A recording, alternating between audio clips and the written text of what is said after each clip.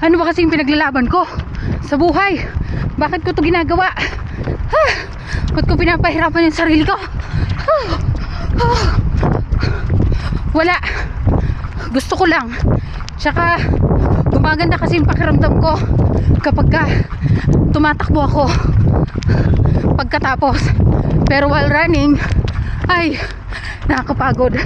May mga time na hahabulin mo yung hininga mo, but it's worth it kasi maganda sa heart. So pag broken hearted ka, try mong tumakbo.